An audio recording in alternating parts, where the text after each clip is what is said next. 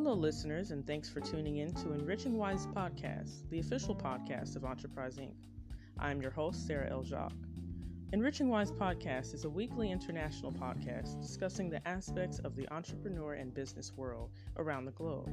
Together, we leverage the path to enriching wise. To stay connected, please follow us on all social media platforms, Instagram, Twitter, Facebook, and YouTube under the same username, Enriching Wise.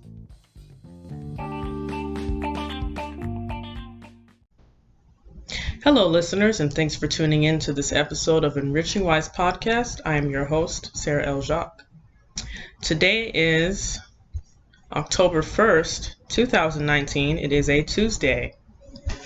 And I'm excited to do this broadcast because this topic that I'm going to address today is one of the main topics that I either get asked about or I would like to do, but haven't gotten around to it till today. So today is our lucky day.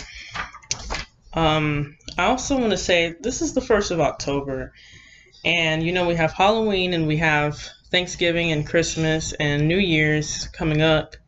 And actually, I was thinking about all the holidays, and I was really thinking about after this year, we're going to be in a new decade, the 2020s. And I think that's pretty cool because we have 3 months left until the end of this decade. So that is really cool. So I wanted to dive into the main topic here, and it's kind of multifaceted. I wanted to discuss a few things within the topic for the listeners to expound upon if they have an opinion on it, and also the points that I've written and the points that I've thought of in the past few days. So getting into that, I want to talk about, I guess if I had a broad title for this, it would be, which that would be up, but if I had a broad title for this, it would probably be weighing the priorities. Weighing the priorities. And you'll see what I mean by that in a minute. You may have an idea. I wanted to start by saying, us as humans, we tend to have a flight or fight response when it comes to a crisis. And we all have trouble, we all have challenges, and we all have difficulties. We all have weaknesses. And us as humans, especially in the modern world, the more civilized world, we have all of these, distractions. I live in the US, and some of you may live elsewhere. Some of you may live in America. Here, I can say this as an American. America is one of the main countries where we have so much excess and extra luxuries, demands, and novelties to the point that we feel empty with the lack of them. I'm going to use technology as an example. We have technology. Technology is great. It's vastly growing. It's always constantly evolving. We have people inventing these things, and we have people innovating, and that's great. People are making careers out of them. And I don't shame that because I love technology as well. But at the same time, we have these, it's a part of a demand on our society for us to have these things in a modern society. In the name of advancement, we sacrifice our own peace and joy. And it's because the modern society we have presents those things as necessities and things that we need. So that's one of the things I wanted to come across as a primary point. I'm not saying these things are bad to have, these things that we enjoy doing, our pastimes. They're not bad to have, but it is bad when it gets to the point of them being something that you need to have, and you feel that it's something you can't live without. And I wanted to draw a point. I wanted to propose a question to the listeners, and I wanted to see, just ask yourself, what do you think, what is your idea of success? When you think of someone being successful, what does that look like to you? Are they driving an expensive car? Do they live in a certain neighborhood? Do they have certain clothing that they own? Do they run a business? What kind of job do they have? All of these things, what is success to you? I want you to really think about that. Now, whatever image that you have in your mind,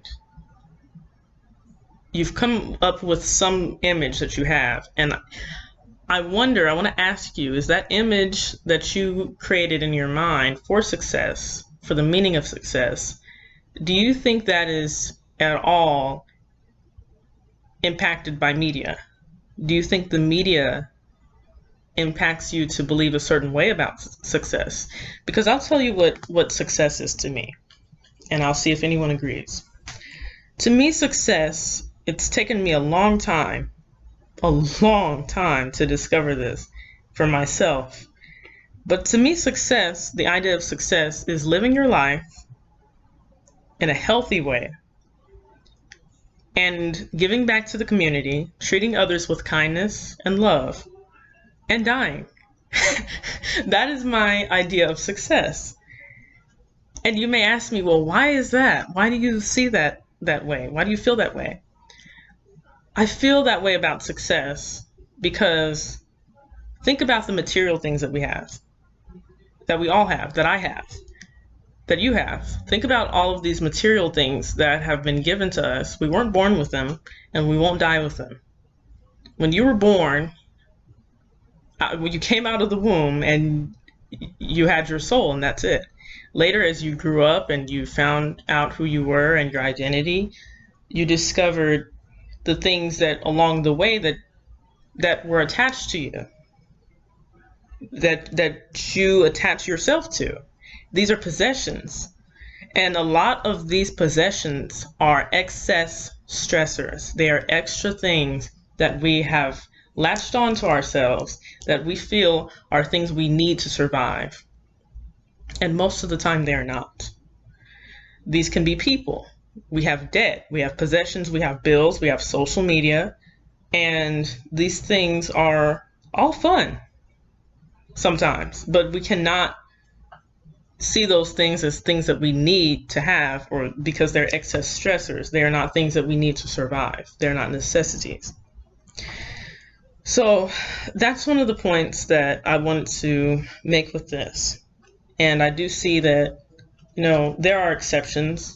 There are things that we do need, truly, we actually need to survive. And there are things that have been told to us that we need to survive. And, I see these things coming to a head in society. We have the economy, we have the housing homeless crisis, and these things, it's like, if they all come to a head at the same time, if the economy crashes and you're a minimalist, or you at least, if you're not a minimalist, you at least live a simpler life, you're pretty much safer than those who are not. And so what I'm doing is I'm finding out the priorities that I need to focus on in my life as a person who is actively living and experiencing and learning like anyone else. I have to prioritize myself, and I have to prioritize what I see as important and what I deem as not important, because these things really do have an effect on how you live, your lifestyle, And I really wanted to speak on this because I feel like, myself included, as humans in the 21st century, we all have things that are pushed in our faces, whether we accept them or not, as things that we need to have, And I mean, even look at the food portions in America. This is something that's widely talked about. The food portions in America are oftentimes larger than those of other countries. And, a growing effect of that is the need to gorge and the need to put on more additives than is necessary for our actual health and our actual well-being. So I wanted to propose that thought as something to think about.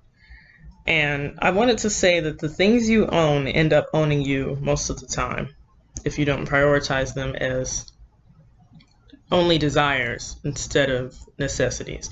And I think you'll find that, because I have so far, and I'm still learning this, I think you'll find that when you have a possession the things you end up owning own you in the end, you find that you don't really need them in the end. You find that you're better off without them. That they're only things, to feed your ego or to feed your desires that you don't really need to live, and you don't really need to be happy and be healthy. I feel like these distractions that are not necessary, but often sought after because society has told us we need to have them, if you truly want to cut them off, you can. Anything beyond what you need to survive in life, you can rid yourself of if you truly want to. And I'm working on that myself.